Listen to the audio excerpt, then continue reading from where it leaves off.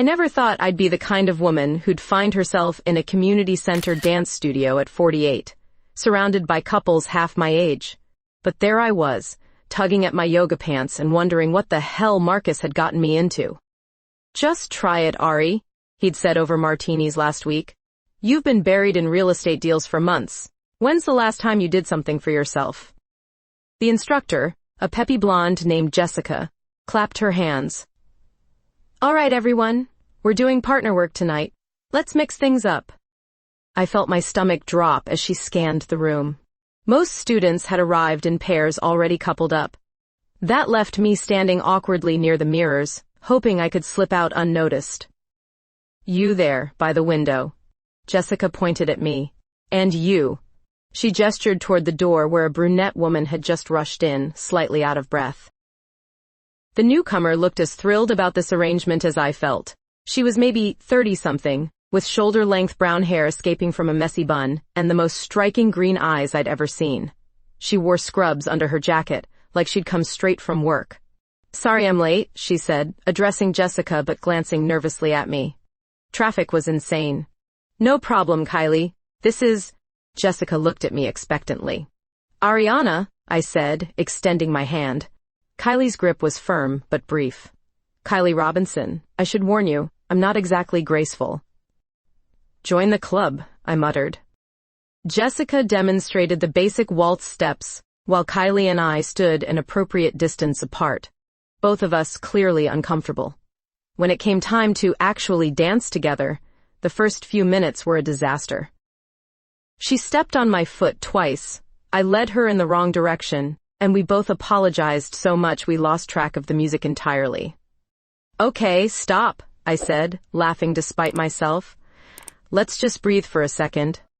She smiled for the first time since walking in, and something shifted in the air between us. "You know what? You're right. We're both adults. We can figure this out." "I run a construction company," I said. "I've coordinated bigger disasters than this. I work with autistic kids all day. Trust me, I know about patience." By the end of class, we'd managed to complete an entire song without major casualties. As other couples filtered out, Kylie lingered near the chairs where she'd left her purse. "Thanks for not giving up on me," she said, zipping up her jacket. "Same time next week?" I found myself nodding before I'd consciously decided. "Sure. Maybe we'll actually look like we know what we're doing by then." She laughed, a genuine sound that made something warm flutter in my chest. "Don't set the bar too high." Watching her walk to her car, I realized I was already looking forward to next Tuesday in a way that had nothing to do with dancing. The following Tuesday, I arrived at the studio 10 minutes early. I told myself it was because I wanted to warm up, but honestly, I was curious to see if Kylie would show up again. She walked in right on time, trading her scrubs for black leggings and a fitted tank top that showed off a more athletic build than I'd expected. Her hair was down tonight, catching the overhead lights. "Ready for round 2?" she asked, setting her bag down with more confidence than last week. "Let's see if we can make it through without casualties." Jessica started the music, and something clicked this time. Maybe it was the fact that we'd broken the ice, or maybe we'd both practiced at home, but the movements felt more natural. When Kylie stumbled slightly during a turn, I steadied her with a hand on her lower back, and she didn't immediately pull away.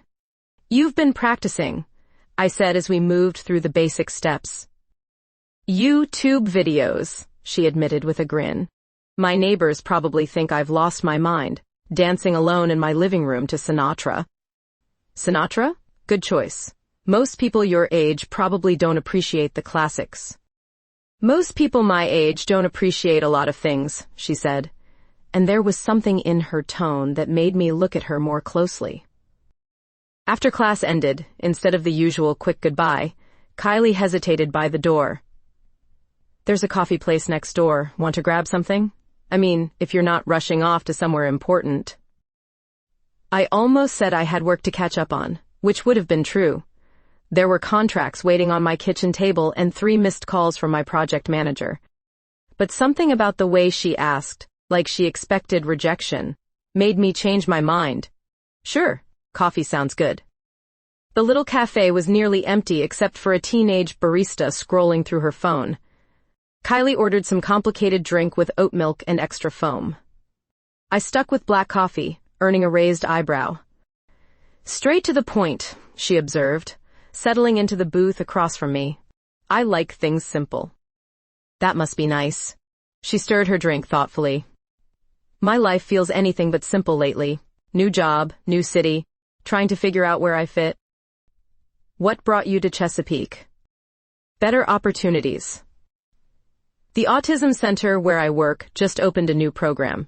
It's exactly what I've been wanting to do for years. Her face lit up when she talked about her work. These kids, they see the world so differently.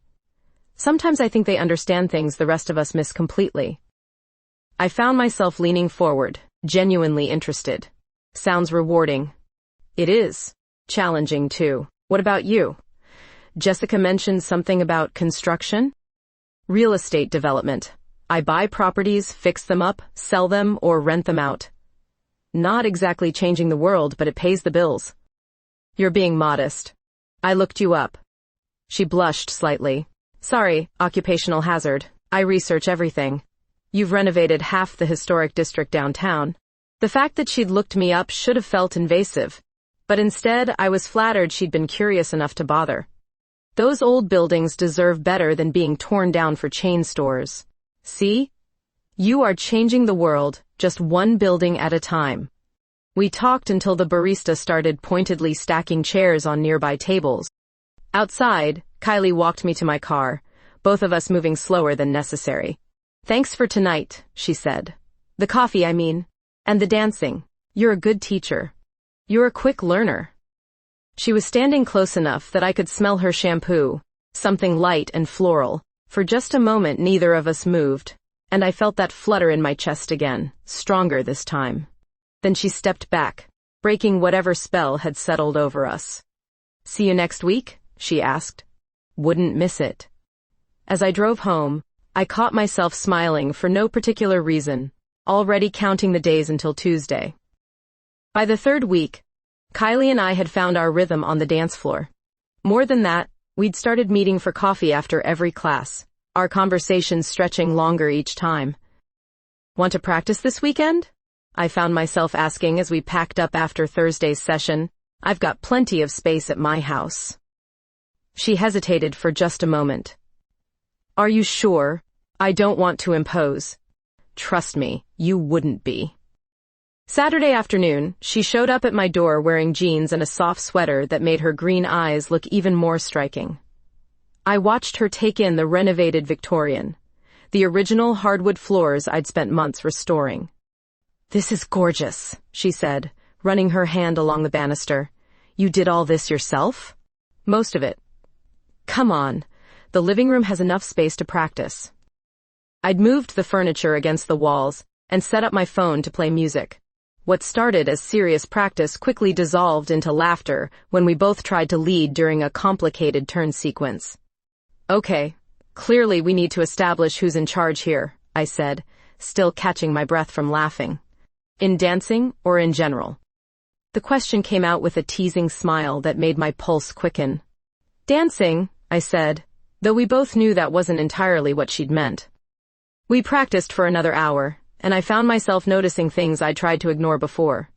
The way she bit her lower lip when concentrating, how she unconsciously moved closer to me during the slower songs, the warmth of her hand in mine that had nothing to do with the dancing.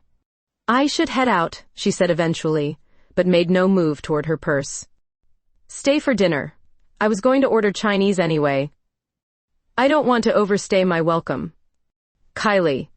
I caught her hand before she could step away. You're not overstaying anything. The next week, she asked if she wanted to come shopping for the upcoming recital costumes. I have no idea what I'm doing with this stuff, she admitted. You seem like you'd have better taste.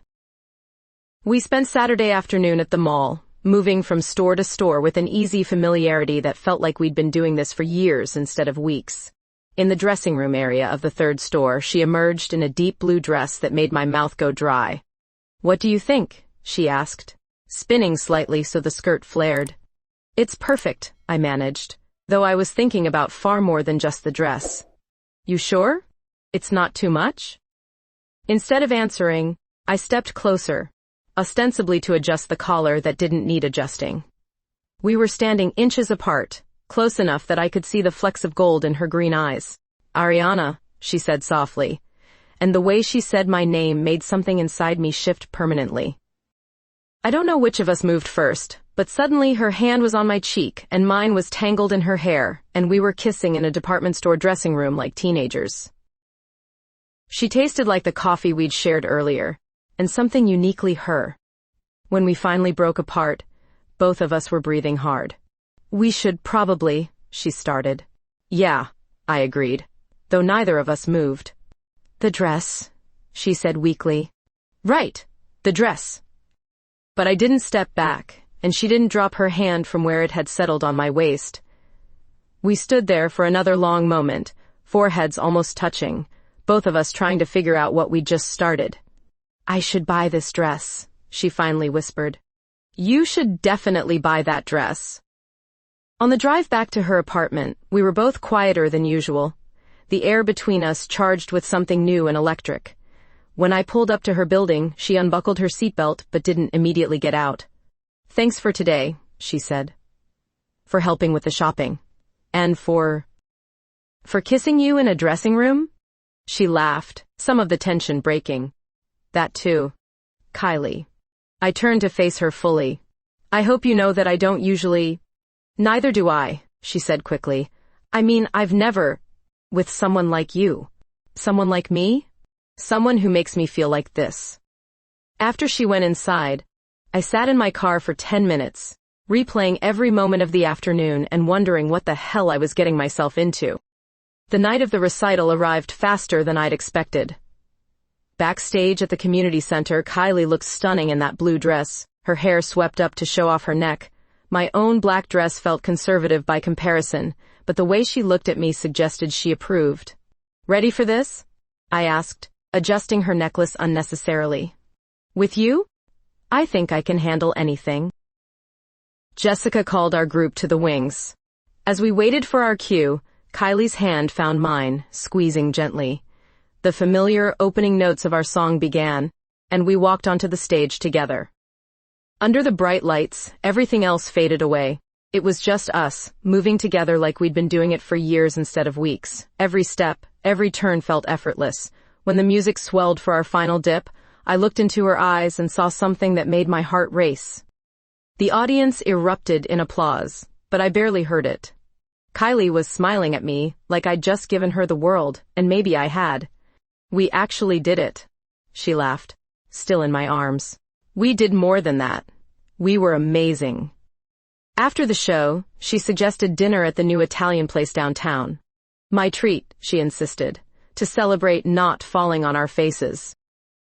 The restaurant was dimly lit, intimate in a way that made ordinary conversation feel charged with possibility. We ordered wine, something I normally wouldn't do on a school night, but nothing about tonight felt normal. I keep thinking about this afternoon, Kylie said, swirling her glass. About what happened in the dressing room. Having second thoughts? The opposite, actually. She met my eyes directly. I keep thinking about what might have happened if we hadn't been interrupted.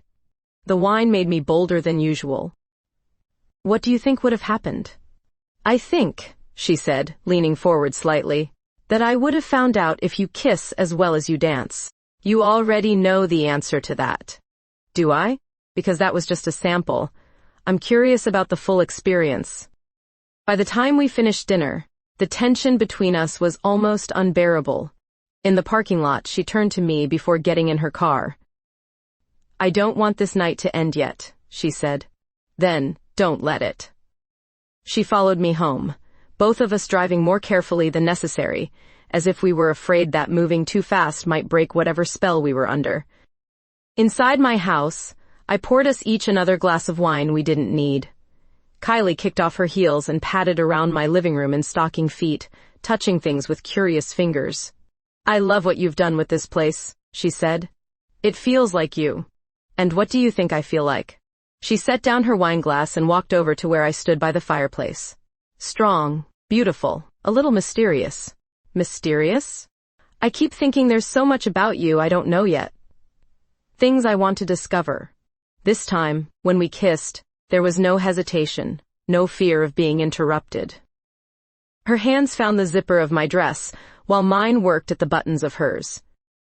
We moved toward my bedroom slowly, stopping to touch and taste and explore along the way. What happened next was tender and urgent, and completely unlike anything I'd experienced before. She was patient and curious and generous in ways that made me forget every rational reason why this was complicated. Afterward, we lay tangled in my sheets, her head on my shoulder, both of us trying to catch our breath. "Stay tonight," I whispered into her hair. "I was hoping you'd ask." But morning brought reality crashing back. I woke to find Kylie already dressed, sitting on the edge of my bed looking conflicted. "Hey," I said, reaching for her hand. "You okay?" "I don't know." She wouldn't quite meet my eyes. Last night was incredible. But this is also new for me. I've never been with a woman before. And I've never been with someone 16 years younger than me.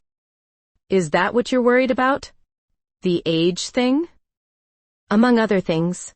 I sat up, suddenly very aware that I was naked while she was fully clothed. "Kylie, I don't do casual, and I don't know if I'm ready for complicated." What if it doesn't have to be either? But even as she said it, I could see the uncertainty in her eyes. We were both scared, both in over our heads, both wondering what we'd gotten ourselves into. "I should go," she said finally. "I need to think about this." After she left, I sat in my empty kitchen drinking coffee and trying to figure out what I was feeling. Relief? Disappointment? Regret? All I knew for certain was that everything had changed, and there was no going back. The letter arrived on a Tuesday morning, 3 days after Kylie had left my house in that awkward state of confusion. I almost threw it away, assuming it was another mortgage solicitation, but something about the plain white envelope with no return address made me pause. Inside was a single sheet of paper with words cut from magazines, like something out of a bad thriller movie. "Stop this unnatural behavior, or everyone will know what you really are." My hands shook as I read it twice, trying to make sense of who would send something so ridiculous and threatening. I'd been careful, hadn't I? We'd barely been anywhere together publicly except dance class and that one shopping trip. I shoved the letter in my kitchen drawer and tried to forget about it, but the words kept echoing in my head during meetings, during site visits, during the long evenings when I found myself wondering if Kylie was thinking about me too.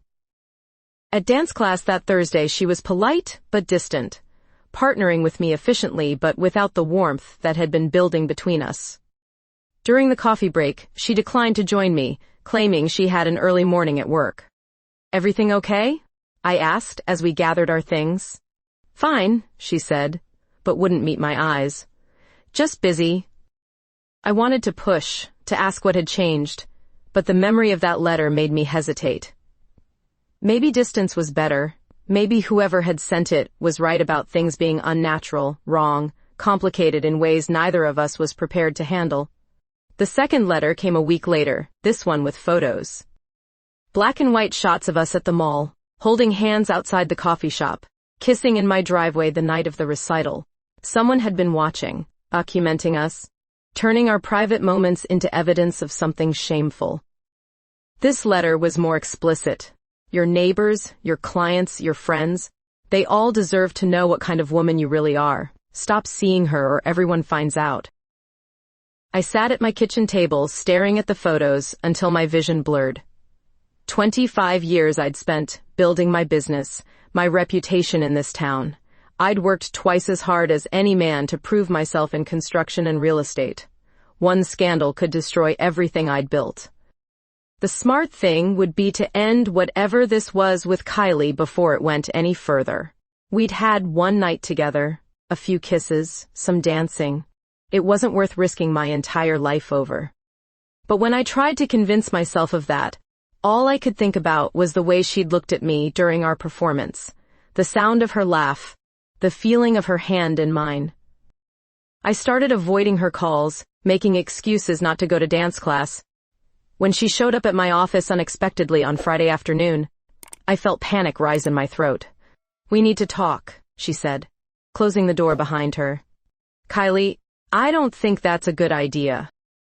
You've been avoiding me for 2 weeks. At least tell me why." She looked hurt and confused, and I hated myself for putting that expression on her face. But the alternative was worse. If these letters escalated, if someone really did expose us, it wouldn't just affect me. Kylie was new in town, building her career. She didn't deserve to be dragged into whatever mess I'd created. "That night," I said carefully, "was a mistake. We both got carried away, but it can't happen again." "A mistake?" Her voice was sharp. "Is that really what you think?" "I think we're both adults who should know better. I think the age difference, the situation, everything about this is complicated in ways neither of us needs. That's not what you said when you asked me to stay over." I wasn't thinking clearly then. She stared at me for a long moment, and I forced myself to hold her gaze, even though it felt like torture. "Fine," she said finally, "if that's how you really feel." After she left, I sat in my empty office and told myself I'd done the right thing. The smart thing, the safe thing. But that night, staring at the ceiling of my bedroom where she'd slept beside me just weeks ago, all I felt was hollow. The third letter arrived the next Monday, and this time it wasn't just threats. It was a timeline, showing they'd been watching us longer than I'd realized. Photos from our very first coffee date, from dance class, from times I hadn't even known someone was paying attention. Whoever was doing this wasn't going to stop, and pushing Kylie away hadn't made them disappear. It had just left me alone to face them. The fourth letter came with a photo of Kylie leaving her apartment building. That's when I knew I couldn't handle this alone anymore. I'd been sitting on my couch for an hour, staring at the evidence spread across my coffee table like pieces of a twisted puzzle. 3 weeks of threats, surveillance photos, and escalating harassment from someone who knew our routines better than we did. When Kylie knocked on my door at 8 p.m., I almost didn't answer.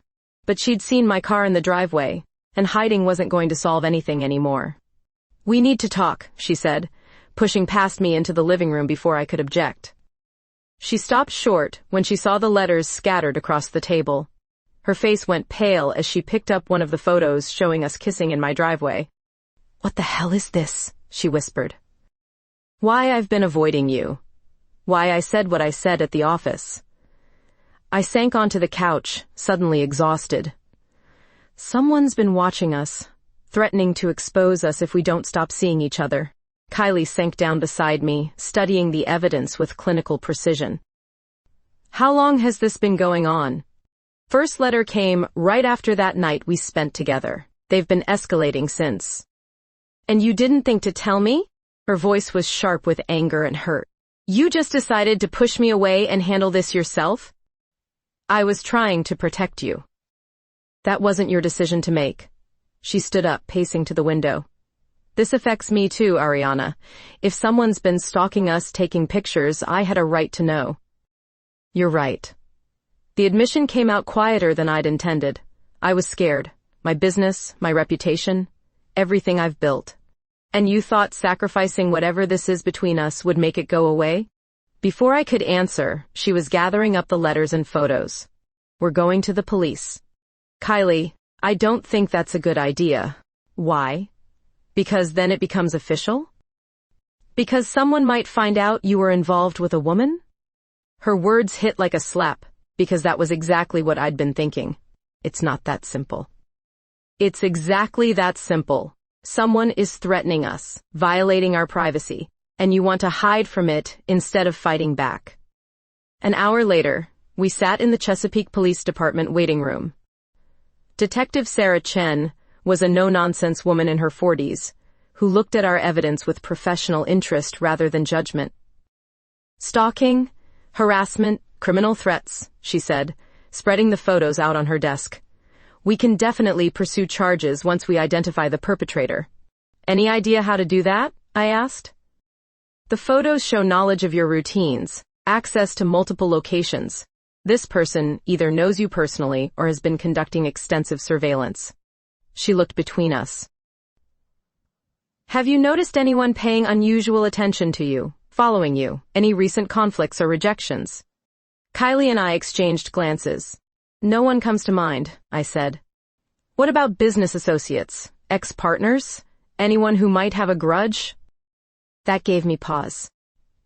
In real estate, you made enemies. Deals fell through, people lost money, competitors got bitter. But this felt personal in a way that went beyond business.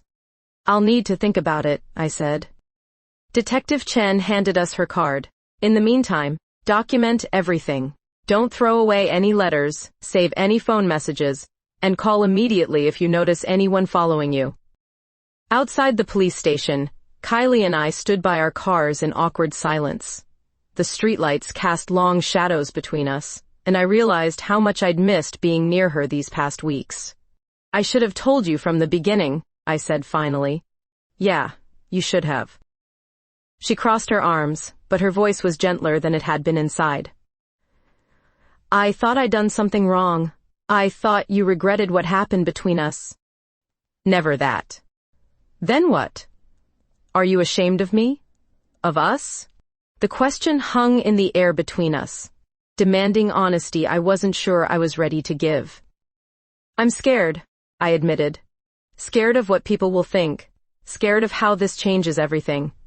Scared of how much I care about you when I barely know how to handle caring about anyone. Her expression softened. You think I'm not scared too? I've never felt like this about anyone, let alone a woman. But running away isn't going to make it less scary. So, what do? We figure it out together, starting with finding out who's been watching us. As I drove home that night, I realized something had shifted. The fear was still there, but so was determination. Someone was trying to control our lives through intimidation. I'd spent too many years building my independence to let some coward with a camera destroy it now. The security company arrived at my house the next morning, installing cameras at every entrance and motion detectors along the property line. Watching them work, I felt like I was turning my home into a fortress, but the alternative was living in constant fear. Kylie showed up around noon with a suitcase and a determined expression. What's this? I asked, gesturing at her luggage. I'm staying here until this is resolved. Detective Chen said we should stick together, and frankly, I'm tired of jumping at every shadow in my apartment. Kylie, you don't need to do that. Yes, I do. She set her bag down with finality. Someone threw a brick through my car window last night, left another note on my windshield. My blood ran cold. Are you hurt? No, but I'm pissed. And I'm not running away anymore. The note was similar to the others. Magazine cutouts spelling out last warning in jagged letters. But this time, they'd escalated to property damage, which meant they were getting bolder, more desperate. This ends now, I said, calling Detective Chen.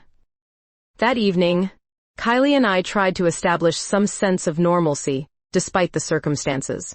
She cooked dinner while I reviewed security footage on my laptop, both of us hyper-aware of every sound outside. Find anything? She asked, setting a plate of pasta in front of me. Just the usual suspects. Delivery trucks, neighbors walking dogs, joggers.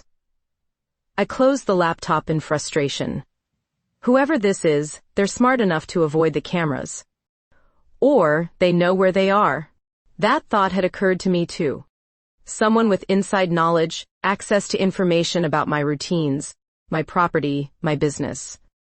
After dinner, we settled on the couch with wine, both of us pretending to watch a movie while actually listening for any unusual sounds. The tension was exhausting, but having Kylie there made it bearable. I keep thinking about that night, she said suddenly, her head resting against my shoulder. Before all this started, it was perfect, wasn't it? It was. I don't want some sicko with a camera to take that away from us. I turned to look at her, struck by the determination in her voice. What are you saying? I'm saying that I've spent my whole life being careful, being appropriate, being what other people expected me to be, but when I'm with you, I feel like myself for the first time ever. Kylie. Let me finish. She shifted to face me fully. I don't care if this is complicated. I don't care if people don't understand. I care about you, and I'm tired of apologizing for that. Before I could respond, she was kissing me, soft and insistent and full of promise. All the fear and tension of the past weeks dissolved into something warmer, more urgent. "Are you sure?" I whispered against her lips. "I've never been more sure of anything." This time was different from our first night together. Less desperate, more deliberate. We took our time exploring each other, mapping skin and curves and sensitive spots with patient hands and mouths. When she arched beneath me, whispering my name like a prayer, I knew that whatever happened next, this was worth fighting for. Afterward, we lay tangled in my sheets, her fingers tracing patterns on my shoulder while I played with her hair. "I love you," she said quietly, so quietly I almost missed it. The words hit me like lightning, terrifying and exhilarating at once. I'd been thinking it for weeks, but hadn't dared say it out loud. "I love you too," I whispered back, and felt something settle into place in my chest. "Good," she said, snuggling closer, "because I'm not going anywhere." Even with all this craziness, especially with all this craziness, we're stronger together than apart. The next morning, I woke to the sound of breaking glass downstairs. Kylie was already sitting up, alert and tense. "Stay here," I whispered, reaching for the baseball bat I kept beside the bed. Like hell. We crept downstairs together, my heart hammering so hard I was sure the intruder could hear it. The front window was shattered, glass scattered across my hardwood floors. In the center of the room sat a brick with another note tied around it. This one was different, more personal. "I know where you work. I know where she works. End this now, or I'll destroy both of you." But there was something else. Something that made my blood freeze. A business card tucked under the rubber band, creased and faded like it had been carried around for months. My business card, from a deal that had gone bad almost a year ago. "I know who this is," I said, my voice barely steady. Kylie looked at me expectantly, still clutching the poker from my fireplace. "Richard Morrison. I beat him out on a major downtown renovation project. He accused me of using unfair tactics. Said I didn't deserve the contract." "Unfair tactics?" He claimed I slept with the client to get the deal, which was ridiculous, but he was bitter about losing. Now it all made sense. The surveillance, the timing, the personal nature of the threats. Richard had been watching me, waiting for ammunition to use against me. He'd found it when I started seeing Kylie. Detective Chen took Richard Morrison into custody at his office Tuesday morning. Kylie and I watched from across the street as they led him out in handcuffs, his face red with rage, even from a distance.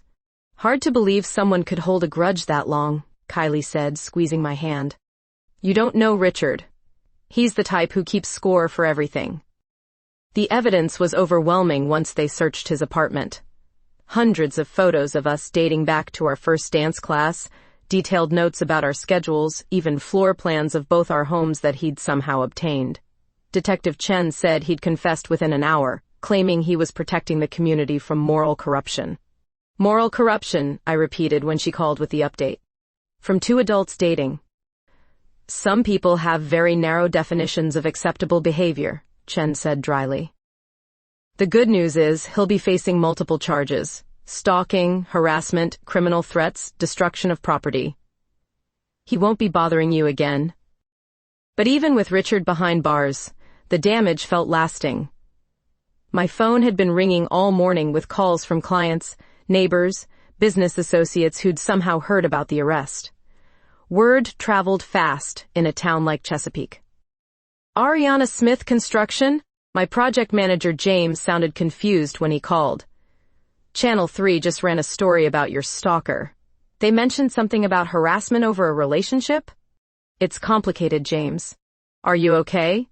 Do you need me to handle the Miller project meeting this afternoon?" I'd forgotten about the meeting entirely. "No, I'll be there. Everything's fine." But everything wasn't fine.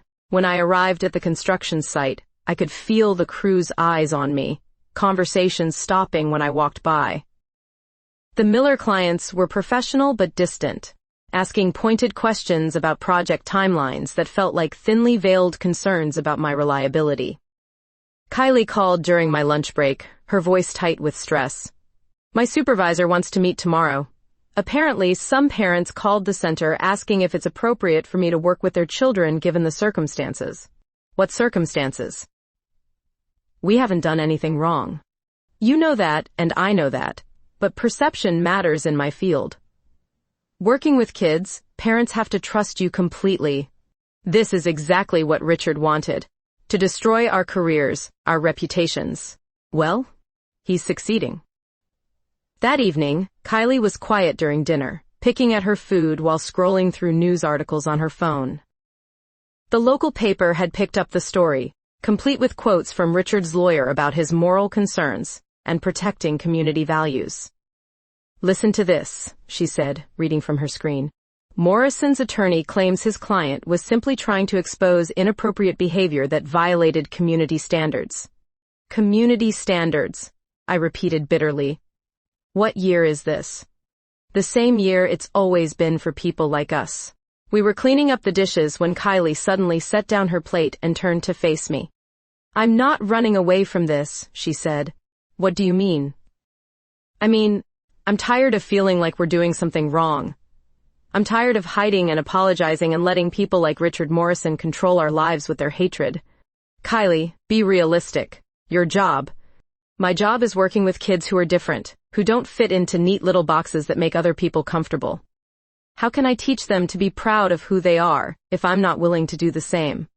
She walked over to where I stood by the sink, taking my hands in hers. I love you, she said firmly. I'm proud of that. And I'm not going to let some bitter man with a camera make me ashamed of the best thing that's ever happened to me. Even if it costs you everything. What's everything worth if I have to pretend to be someone I'm not to keep it? The next morning, we went to dance class together for the first time since the arrest. I expected whispers, stares, maybe some people avoiding us entirely. What I didn't expect was Jessica approaching us with a warm smile. I'm so glad you're both okay, she said, pulling us into a group hug. What that man did was terrible. I hope they throw the book at him. You're not concerned about us being here? Kylie asked hesitantly. Jessica looked genuinely confused. Why would I be concerned? You're two of my best students. Plus, watching you dance together is like watching magic happen. Other class members approached throughout the evening, offering support and expressing outrage at what we'd been through. By the end of class, I realized that most people didn't care about our relationship as much as they cared about the fact that someone had terrorized us. See, Kylie said as we walked to our cars. People are better than you think they are. Some people. The ones who matter. As we kissed goodnight in the parking lot, I felt something I hadn't experienced in weeks, hope. Maybe we could survive this after all. 3 months later, I stood in front of my bathroom mirror adjusting the sapphire earrings Kylie had given me for my birthday. Tonight was the spring recital, our second performance together, and everything felt different this time. You ready? Kylie called from the bedroom, her voice carrying that familiar note of excitement she got before we danced. Almost. I smoothed my dress one final time and walked out to find her waiting by the door in emerald green silk that made her eyes luminous. Stunning, I said, meaning it completely. Right back at you. She stepped close enough to straighten my necklace, her fingers lingering at my throat. Hard to believe how much has changed since last time. The past 3 months had been a whirlwind of decisions and changes. After Richard's arrest made headlines, I'd lost 2 clients but gained 5 new ones who specifically sought me out because they respected how I'd handled the situation. Kylie had kept her job after her supervisor realized that the complaining parents were a vocal minority, and several families had actually requested her services specifically. Most importantly, we'd stopped hiding. At the community center, Jessica greeted us with her usual enthusiasm. My star couple, are you ready to show everyone what real partnership looks like? Other dancers waved and called out greetings as we warmed up. The awkwardness and whispers from a few months ago had faded into acceptance and genuine friendships. Marcus was in the front row with his partner David, both of them beaming with pride. Remember when you thought this was a terrible idea? Kylie teased as we took our positions in the wings. I remember thinking a lot of things were terrible ideas. I was wrong about most of them. Our music began. The same Sinatra song we'd first stumbled through together, and we walked onto the stage, hand in hand. Under the lights, everything else disappeared. We moved together like water, anticipating each other's steps, breathing in sync. During our final lift, Kylie looked down at me with such pure joy that I felt my heart expand in my chest. The audience erupted in applause, but this time I heard it, felt it wash over us like a celebration. "I love you," she whispered as I lowered her back to the ground. "I love you too," I said, not caring who might be watching or listening. After the show, we mingled with friends and family, accepting congratulations and compliments. When the crowd began to thin, Kylie pulled me aside to a quiet corner of the lobby. "I have something for you," she said, reaching into her purse. "It's not my birthday." "It's better than a birthday." She pulled out a small velvet box that made my breath catch. "Before you panic, it's not what you think it is." "Well, it is, but it's also not." She opened the box to reveal a simple silver band with a small diamond that caught the lobby lights. "Kylie, I know we can't legally get married in Virginia yet. I know this doesn't give us any official rights or recognition. But I also know that I want to spend my life with you, and I want everyone to know it." My hands were shaking as she took the ring from the box. "I'm asking if you'll make a commitment to me, here, now, in front of our friends. Will you be my partner in everything, not just dancing?"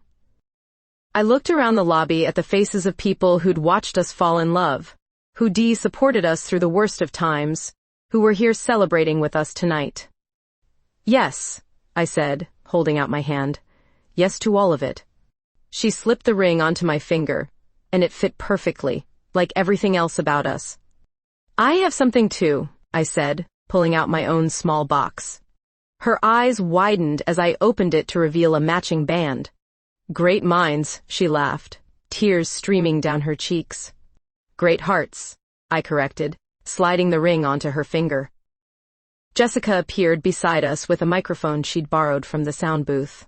"Ladies and gentlemen," she announced to the remaining crowd, "we have an engagement to celebrate." The cheer that went up from our dance family was deafening. Marcus was crying, David was taking pictures, and Jessica was already planning our ceremony for next month's showcase. Later, at home in our bed, Kylie traced the ring on my finger with gentle touches. "No regrets?" she asked. "Only that it took us so long to get here. We got here when we were ready. That's what matters." Outside, Chesapeake was quiet except for the distant sound of waves against the shore. Inside, we were planning a future that 6 months ago I couldn't have imagined wanting. "What do you think comes next?" Kylie asked, her head on my shoulder. "Everything," I said, meaning it completely. "Everything we want." As she drifted off to sleep beside me, I thought about the scared woman who'd walked into that dance studio months ago, convinced that her life was already complete. I'd been wrong about that too. My life was just beginning.